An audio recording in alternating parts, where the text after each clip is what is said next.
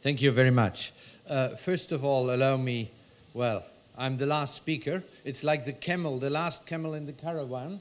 You know, it's very dangerous because then the hyenas and the dogs are coming to bite you. People are go outside to have coffee and tea. Just another 10 or 15 minutes, please bear with me.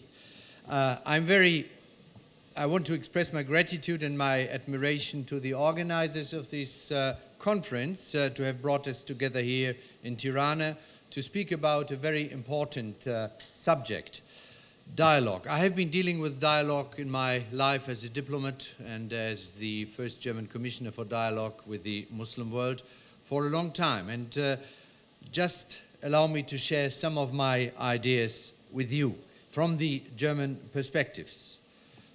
Germany has enjoyed a long-term good relationship with the Muslim world, and for us, when we were children, we admired the Orient. The Orient was something which was in our dreams, which we admired, which was no threat at all. Friendship was easy when Islam was a religion far away from Europe. When we were reading Goethe, who 200 years ago already in the West Eastern Diwan has brought us the richness of the poetry from Iran, the Sufi knowledge, and even people said, well, maybe Goethe secretly became Muslim. But I think he saw the joint basis for all religions, for the believers in God, and he was opening the eyes of Germans 200 years ago, so long time before we could travel to places like Tirana or Istanbul or wherever. The picture of good understanding was easy with an exotic distance between religions and cultures. And it was true until we had the attacks of September 11 happening, when suddenly, in the name of one of the great religions of Islam, people were committing terrorist acts, an attack against the United States of America. And this happening had a deep impact on the feeling, on the relationship between the Western countries and the Muslim world. First, the interest in Islam was growing. You could go to any bookshop in Germany, you would find so many different translations of the Quran, books about Islam, and all the writers were happy, who were, or the students and professors of Islamic science, because they could write good books and they could find good jobs. But have we been able to overcome this gap? Have we been able really to close this misunderstanding and this deeper growing gap between the two civilizations? Unfortunately not. I think trust was going down, and despite of constructive dialogue, cultural interaction, the trust has diminished. And we're living in a climate of fear, of anger, frustration, and we are witnessing a situation in which this gulf between these civilizations is growing wider almost every day. The media have played their negative role, because it was the media who spread a negative picture. When we saw Muslims in the television, some bearded, young, angry men, it was mostly in the context of terrorism, of violence, of attacking people. And we didn't see the good face of Islam, the friendly face of our neighbors, the ones who share so much with us in common. Islamophobia is spreading. Islamophobia, I'm sorry to say, even in Germany, is now at a height which it has never reached after the book of a certain gentleman about Germany is abolishing itself, and now we will all become, Muslim after a while. And this is spreading in other countries too. If you go to the Netherlands, if you go to France, you will find this feeling, and suddenly the right-wing movements become strong, and the Muslims, okay, these are now our chosen enemies, which we can attack them, and maybe avoid of thinking about our own mistakes and about what is wrong in our societies. So maybe every society needs a counter. Before we had communism, then communism has gone, more or less. Very few countries still believe in communism. So now we have something else. Yes, and let us be frank, relations and interactions between a secular, post-modern and post-religious world and a traditional, religiously determined world is not easy. It's very difficult. For a German, honor, pride, this has gone a long time ago after the shame what has happened under the Nazi regime in Germany. So for us, this is not something. For our friends from the Muslim world, to be proud, to have your honor, to defend your honor is very important. Beliefs, what are beliefs in our post-religious world? Well, either you believe, you don't believe, you are a non-believer. Even the respect for what your parents or your teachers are saying and thinking has gone. So we are living in a very different world. Islam is not a foreign religion anymore. We in Germany have about 4 million Muslims, about 20 million are living in the European Union. They have different systems of organization in the countries and different systems of also dialogue. In Germany, since 1986, we have the Islamic Conference, 2006, the establishment of the Islamic Conference, so that all different sects and groups of the Muslim community is be represented and can have contacts with the German government, with the German churches and other representations. So this dialogue, institutionalized dialogue, has helped us a lot.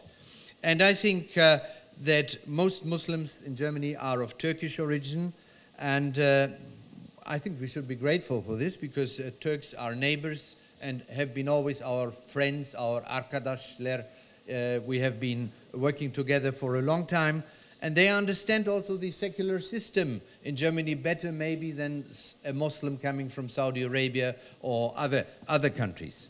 We have now members of parliament, university professors, businessmen, millionaires, media people who are Muslim, and therefore we accept that. And our president, our new president, made it very clear. He said Islam is a part of Germany, whether you like it or not. The new Minister of Interior said, no, no, no, no. It's not like this, because Islam is not part of German history. Yes, if you go back, maybe you can speak about it. But it's a fact that Islam is the fastest growing religion in Germany, that Islam has its place not only in Germany, but in Western Europe, and that we need a culture not only of tolerance, but of acceptance, and that we have to see this development, the pluralistic view of the world, and fear, which is, I think, creeping in everywhere. We are so much afraid. We are more afraid than the Japanese of what is happening now in Japan. If you read the German newspapers, you think this nuclear incident was in Germany and not there. Now I think the radioactivity in Germany, I just read, was going up by 0.00001%, and everybody now is buying these Geiger instruments to measure it. So we are living in fear, and fear is bad. It's a bad counselor. If you only give in to fear, then you become afraid of the others. You become afraid of what you don't know. So we need more knowledge about each other. We have to see that we are living together in this world, and I think we have also to look the possibilities how to improve the standing of the Muslim community in Germany, and what is the lack of the community. This is not a question of faith, it's a question of socio-economic problems, lack of integration, lack of knowledge of the language, German language in Germany, and I think, therefore, and there Fethullah Gülen comes in with his schools and his movement, it is so important to improve the standard of teaching, of knowledge among the Muslim communities, at least in Germany. I cannot speak about other countries. And I think this is very, very good what's being done by achieving a better education and by also accepting the way that you are living in a different country, but together with the people there and not against them, that you are not forming a separate identity or entity and say, no, no, we don't want to, these dirty German pigs, we don't want to live with them. You know, when we saw there was one murder taking place, on a murder, two brothers killed the sister, and when they were asked, why did you kill her? Well, she wanted to be like a German. So this really gives me a bad feeling if this is happening in our country. So I think acceptance, we are different. Yes, we love to drink beer and to eat ham and other things. You have a different way of life. We have to accept this from both sides, not only from one side. And I think if we understand each other better in the globalized world of the 21st century, then in the future we can really work for a better world together, because we together are responsible for our joint future. And one thing is, and this is a good thing, I think, we had September 11th, but we had also January 2011, when suddenly in countries like first Tunisia and then in Egypt, the young people were going in the streets in a peaceful way and were fighting for their freedom, were fighting for democracy, for a better future, better education, and were being able to get their tyrants out of the way. Ben Ali, I don't know where he's sitting now, probably in Saudi Arabia, and Mubarak have gone. We are looking now to Libya, where unfortunately with this crazy man who is the head of the state, things are much more difficult. We are looking to Yemen, to Bahrain, we are looking to Syria. Everywhere now, the young generation, men and women, and I'm very happy that I see so many more ladies today in the afternoon here, because they are half of the population, and if we don't take the ladies on board, I think we will not be successful in really doing something for creating a better world and a better understanding. So I think this all now is really changing the impact of the Muslims in the Western world, because suddenly we see young Muslim men and women who are not afraid to fight for freedom, for better education, for better jobs, for a better future against the dictatorships they are suffering under. And we, in the West, we have been helping these dictators. They were our best friends, let's face it. We made good business with them, the oil countries. We exported our Mercedes and Porsche cars, which I see also around here. But so we had a good life with them. But we never, except of the Sunday speeches, were really taking seriously the human rights situation. And the fact that young people also have a right to live in a decent way, in freedom, and being respected by the governments. And I think this whole setup now changes the world, because suddenly we see the young people, 60% of the Muslim world are under the age of 25. 50% or 52% of them are women.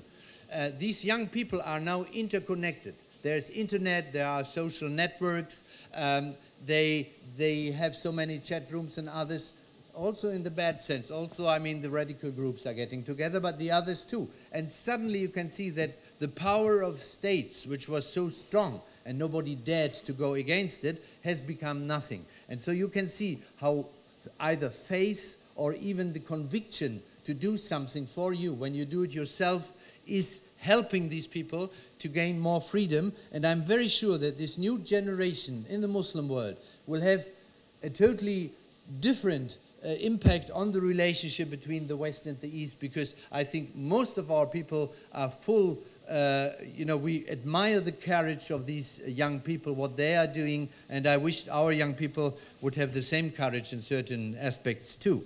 And I think, therefore, I'm not as pessimistic as I was probably a year ago about the future of cooperation, of dialogue. And really, we have to get together. We have to help each other. We have to help also the Muslims to get the right education in the right mindset also. And I think this is something which is done by the Fethullah Gülen network, by these excellent schools, by the last Sunday we were in Stuttgart, by the German-Turkish Cultural Olympiad, where young Turks were suddenly telling us something about Goethe, and a young German was, reciting poetry from Turkey. This is the right way, to get together, to see that we are all Beni Adam, that we are all human beings, and that we should have more in common than what is really separating us. And therefore, I'm so happy that we have so many young people here, and please, go on learning. There's an hadith which says that the